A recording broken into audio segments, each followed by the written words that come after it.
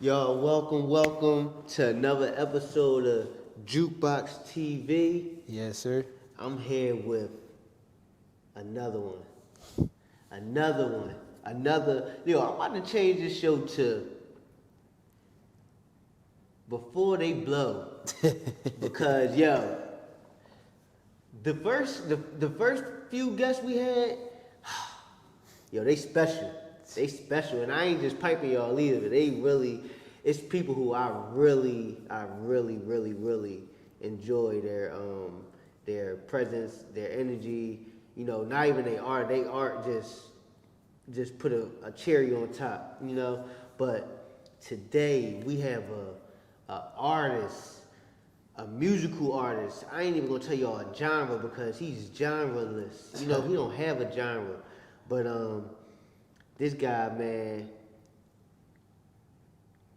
when y'all hear him, y'all gonna be impressed. But I'm here with Ike Newton, or should we call you? What should we call you? Ike Newton, Ike Hendricks? What? You know, it's crazy. The name is under construction right now. Okay. Yeah. Okay. So I'm gonna crop that out. Well, go ahead. Hey, it possibly could be Ike Newton for another year, or it could be Isaac Hendricks by the government. Yeah. Okay. Yeah. Okay. All right. So tell us about yourself. Who we here with? Yeah, you here with the one and only. You know. Yeah. Ike Newton. No Cam. Yeah. Music been life. Music been life. You talk to someone that don't only enjoy music but appreciate it from a different standpoint, more of a concrete foundational level, where it's like I appreciate the music theory, I appreciate all that comes with music, and I also appreciate the change it could bring in people's lives. Wow. So you deep with it. Yeah, I appreciate it. Why music? Where does it come from? Well, the music, it started from church. Yeah, I used to play the drums. I started playing drums when I was 5. And that church music, it just resonated different than me becoming the artist. That happened about, like, I could say about 6 years ago. Me actually taking it serious with myself, seeing I had something. But yeah, I've been playing the drums in church most of all my life. Oh, wow. Yeah, so. Yeah. All right, I've so been in there. yeah, music. Okay. All right. Growing up, how old was it? Because I know some people who do music and stuff when they be in like choirs and stuff like that. But when they get older, they get music out. They be like, I ain't singing a note, hitting another drum, whatever, ever again in my life. What made you keep going? You know? Really, my parents. Shout out to my parents. Love you, mama. Their dedication showed me some sort of I'm gonna say it, some type of discipline. People at the church say I got the best attendance type thing because I always showed up. I showed up for the drums, but then again, I didn't see, like, it was training me to be disciplined within everything I do. Like, I love the drums, but then again, I had to be there for the church service. You see what I'm saying? So it taught me to be disciplined and show up. You know what I'm saying? When you show up, you reap the benefits of whatever comes with it, and it's usually positive. So me staying in the church and still going to play drums, I play the drums to this day. Church called me up, they need a drummer, I'm going, because it's not even about the religion. It's more the appreciation of the art, the appreciation of my talent, to basically sharpen my gift, sharpen my skills in the best way possible. I feel like I wouldn't have so many flows and so many cadences to go off of if I never played the drums. So the drums give me my rhythm and my rhythm and flow to be able to maneuver in different things and hear different sounds and different cadences that people won't even think to say or think they even hear or notice. So yeah, that's why I would never stop. Yeah, that's cool.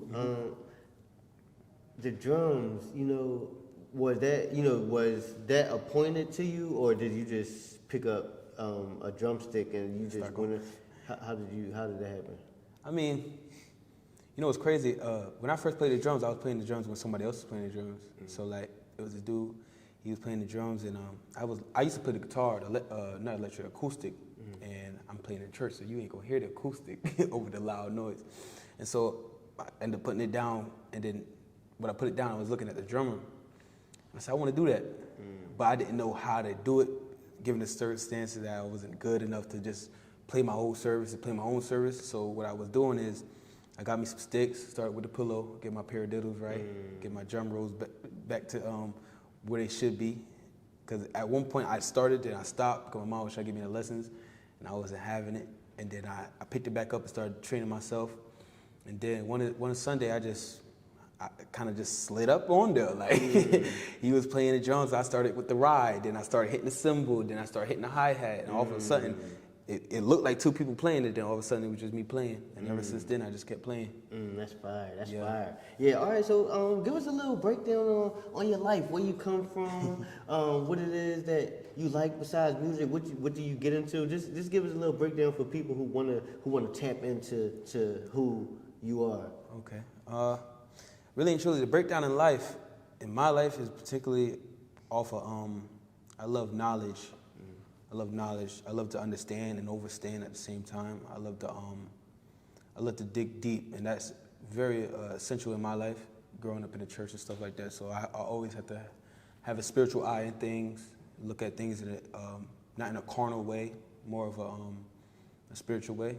I don't see anything mundane. I don't look at money like, how am I gonna say it? I don't look at money as a source of self-beneficial factor. I see money as we can all use the tool and get to a better place. So that been instilled literally since I was a young kid, because I've seen money come and go. Like my dad used to paint, and so he still paint, but like paint heavy, like big houses and stuff, like cathedrals and stuff, all by himself. So he used to come up with some money. And so I used to see a lot of money in my face, and then just like that, I see it go. And so that like trained me like to not appreciate money, but look at the money as a tool to get people in a better predicament in situations, depending on who has the money. It's like the saying they say, don't let it get into the wrong hands. I flip the scenario and say, what if it did get into the right hands? So that's a big part of why I be thinking like I think and moving the way I move.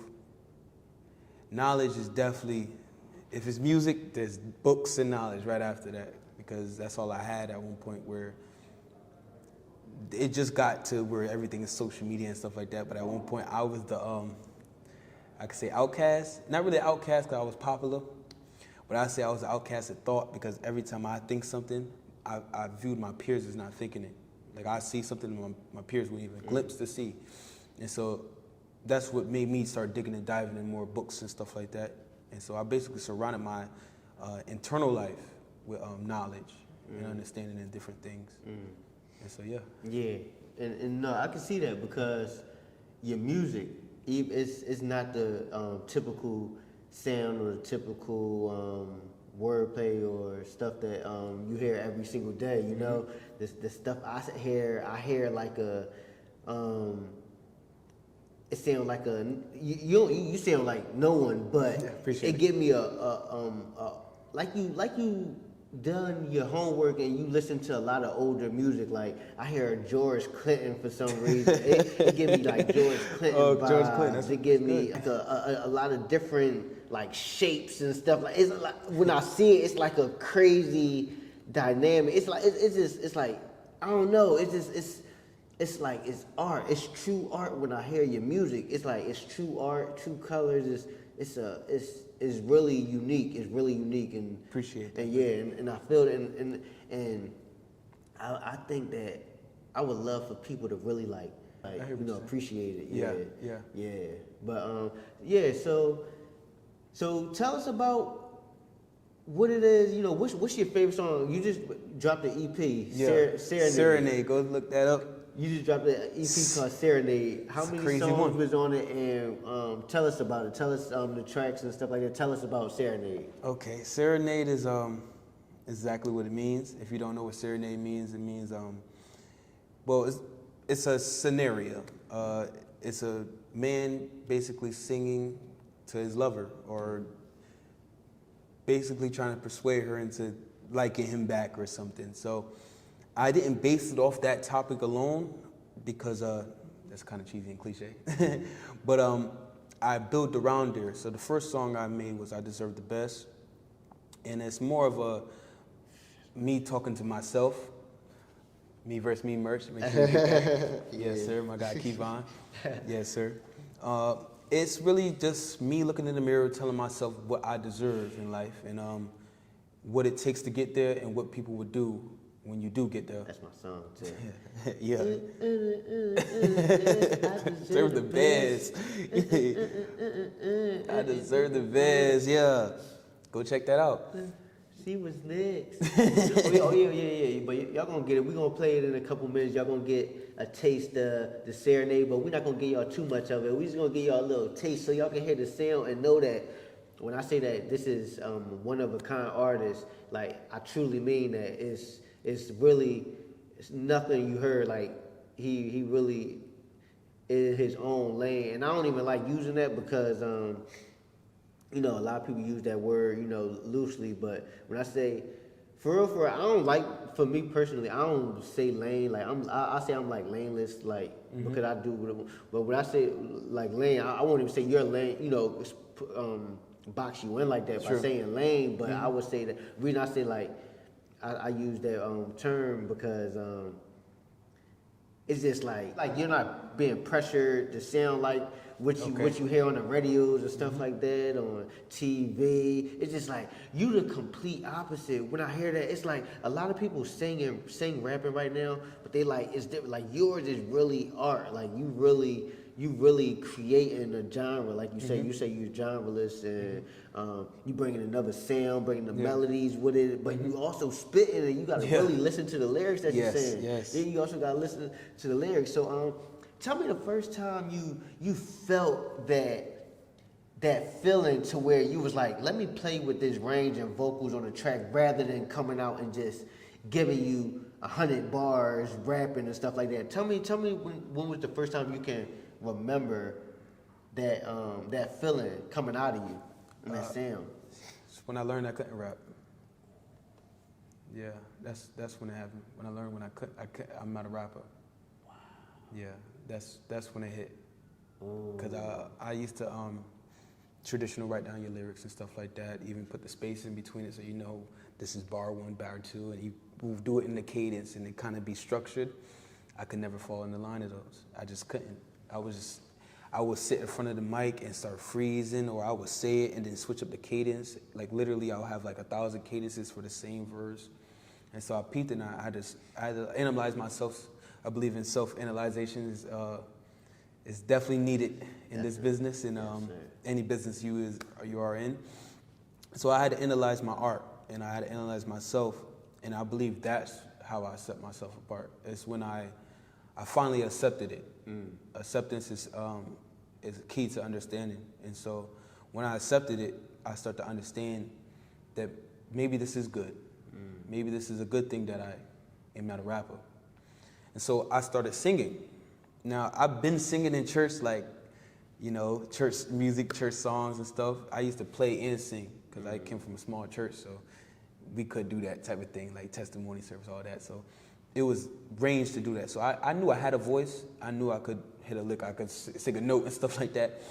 It was just the confidence of what to say, you know? So it started off, I'm not gonna hold you, it started off with me just murmuring kind of thing, like mumbling, not really mumbling, but just like making sounds. And just, if I hear it, I mimic it. And then when I mimic it, I'll literally put a word into that phrase, what I heard, and then that's how I got the sound. So I never start with words. Any song I ever start now to this present day is never words. It's literally me just, that's my cheat code. But yeah, it's just me just going in there trying to figure out what sounds I'm gonna say, I wouldn't say love or enjoy, what sounds I'm actually working with. Because I feel like anytime a person making music, the beat is accompanying you, like the camera is accompanying you as a filmmaker. It's a team. And so I use the beat, not like I'm using the beat, I use the beat as if it's working with me, as if I'm working with it. So I'm not gonna do a sound that's not in the beat because I want it to accompany me the same way I accompany it. So sometimes you'll hear a song I make and it sound like it's like the beat was made around me. It would sound like I literally just got this beat made for me, but it's not me. It's me melting into the beat. And so that's where the singing and the sound of how I got the sound, that's where that came from. And then a little bit later in life, I said, all right, and I want to upgrade this. I want to do this. I want to do that. And then over time, I started getting comfortable with myself and get comfortable with my ideas. That's a big thing as an artist, to get comfortable with your ideas, because your ideas is, I feel like we all have a sense of the idea, but what makes us different is the approach. Yeah. Break that down. Okay, so I could say like we on camera, so everybody could own a camera, but everybody film different because everybody got a different eye. So that approach is a natural thing. It's a natural thing. It's that ever-giving thing. So that approach to that approach that I had to music, I literally I accepted it. I don't even care what the peers say while I'm doing it. Like they can say, nah, that sounds crazy, and I'm gonna still do it. Why? Because I have to prove it to myself that it don't sound good. You know what I'm saying? It has nothing to do with I feel like once you become your own competitor, it's like when you become your own competitor, you are the best. Yeah. You are the winner. It's when you face someone else, you can be possibly the loser, or you can possibly be the underdog and stuff like that. But you can't be your own underdog, especially when you start to know yourself, understanding yourself. That's true. We were just talking, shout out to Sound Event. We were just talking, and she was basically said something similar. She was saying, basically, when you talk, like, it's nobody who can basically pull me down more than me. Like, people can say whatever they want, but it's nothing a person can say that will hurt me more than me telling myself that. Facts. You know what I'm saying? And that's true. When you say you absolutely right. Yo, and it's crazy because like I'm that person too. I'm like,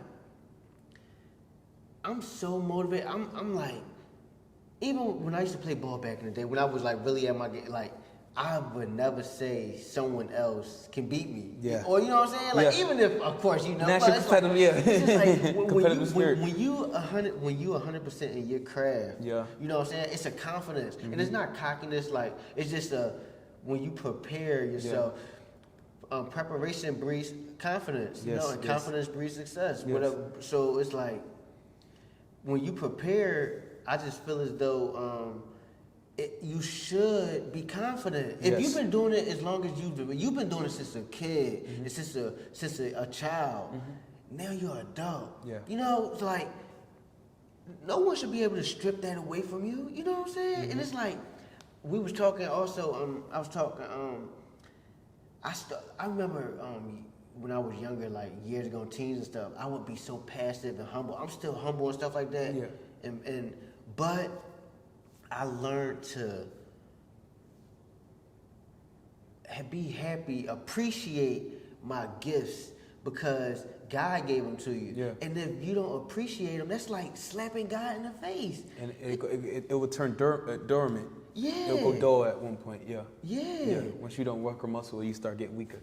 Yeah. And it's like, yo, you better appreciate the gifts God gives you. He can take them away from you any given moment. That's not, people say that's arrogant. That's not arrogant. That's just appreciating what God give you. And he do it smooth. It's the thing called time. Yes, sir. It's a thing called time. You don't stop.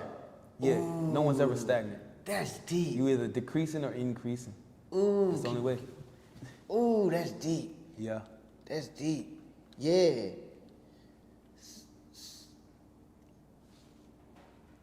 So let us. So tell us. All right. So. Oh, you talk about time. That's real. So all right, time. Why now is it? Why is this time the time? This time is the time for everything you got going on. That's with like your life, your family. You know, the age you are. You know, whatever it is. Why this time is the time? That's a good question. It's a great question because I haven't even thought about that. How I look at time, as in it overlaps. Before you have put the camera on, I kind of dozed off and foreshadowed my life. I'm doing my first interview, and then I foreshadowed my 33rd interview. So what it is when you live in the present, you can't think of the past and the future. And so my time was when I first started the drums. That was now too. When I first got to the school, that was now too. When I even decided to do music, that was the same now. So I'm not in a competition with time, because time is in its own lane. That's what we all got to go through. We all got 24 hours and stuff like that. So I can't, I would never strip that from you, brother, or strip that from the sister or anything, because we all got to deal with that. How I approach time is more of like an everlasting thing. Like a wise man told me that energy doesn't die, it's transmitted. And so the way I grasp that is past, present, and future is now. It's a combination of all of it to make now, because I wouldn't have the experience if I didn't have my past, and I wouldn't have the ambition to go forward if I didn't have a thought of the future. So I had to live in now and combine all three of those settings to even be able to manifest what I want. So the time is now simply because it's been that time. It's really the cosmos and everything around us operating on accord and doing what time needs to do, because everything is never rushed, especially when it's good for you and you love it. It's never rushed. So I'm appreciative of the time. If it's today, if it's tomorrow, so be it. I already felt it. You know what I'm saying? I felt it.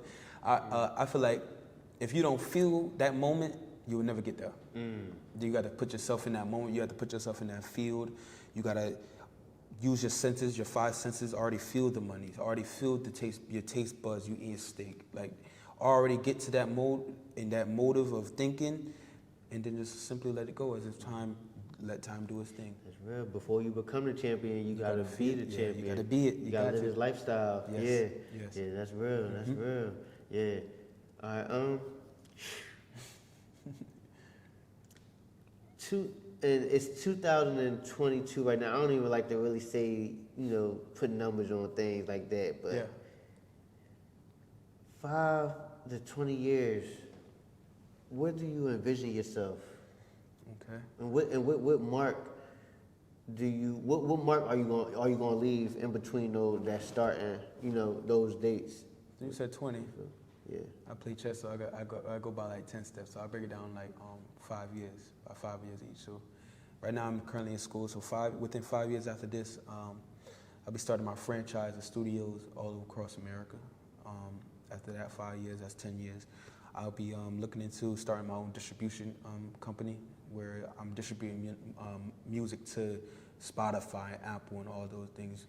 And I'm doing it for indigenous people, melanated people that don't really get a chance to express themselves, regardless their genre, regardless what the media wants to listen to. I'm the one that makes the exception and say, nah, we're gonna do this just because people need to hear other things. I'm gonna base that off of that. In 15 years, I'll be looking into starting my school similar to this one. And by 20 years, I already started the school. And changing lives, that's really why I feel like I breathe every day, is to change someone else's life. I feel like we all have that ability in us to change the next person's life, even if that is like a little joke or a compliment. That goes a long way for anybody in their day, especially if they had a bad day. So I want to do something similar to that, but on a bigger scale, and really change somebody's life on a drastic note, and make how am I gonna say this? I want to make it not easier, but more accessible for people like me, and people that didn't get the chance from the womb. You know what I'm saying? People that didn't have the fortunate parents to push them, because I noticed that's a big part. If you don't have nobody to push you, or you don't have nobody in your corner, you really feel like you're alone. And so I want to make an environment or create something that'll give people that hope, even if they was to look through the window. Every day they pass the window, they say, I want to be in there. Even though if they don't have the person, they have something that inspires them, they want to be better than their current predicament. And so, yeah, that's my establishments. That's what I don't want to be an artist. I want to be an artist, but I'm not that type of artist to be on the stage and say, I'm not. I want to really change lives for the better and for the good. and the trajectory of people. Yeah. Yeah. Mm-hmm. Yeah, that's deep. Yes, No, sir. that's deep. That's real. It's a lot. It's a lot that artists can do, though. You know, I know you said that you don't want to be an artist, but I even think that I just started thinking like just like maybe the past few days that for real, art is everything. You True. know, even Yeah. even if like we don't want to do a specific art, you still an artist. No matter if you're just a accountant or this or that, an architect, a scientist. All of it is art because it's like to build a foundation, like even to have a vision. To me, I feel as though that it has to start with being creative. You know, to see yourself going somewhere or to see yourself like waking up another day and to finish that day out, you gotta have some type of creativity or some type of art. To, you know what I'm saying? Yeah, So I like, see what you're saying. even to like build these tables or to be on the camera all day, I mean to be on the computer all day, that has to take some type of art. So I just realized that art is every single thing we do, every step we take, the posture, you know, all that is art, man. I'm glad you said that because that's why because the terminology of artists nowadays is kind of more like aimed on probably a painter or an artist on like doing a concert and stuff like that on a stage. But like my mama told me one thing. She said life is what it is, and I never understood what she meant by it is what it is. But like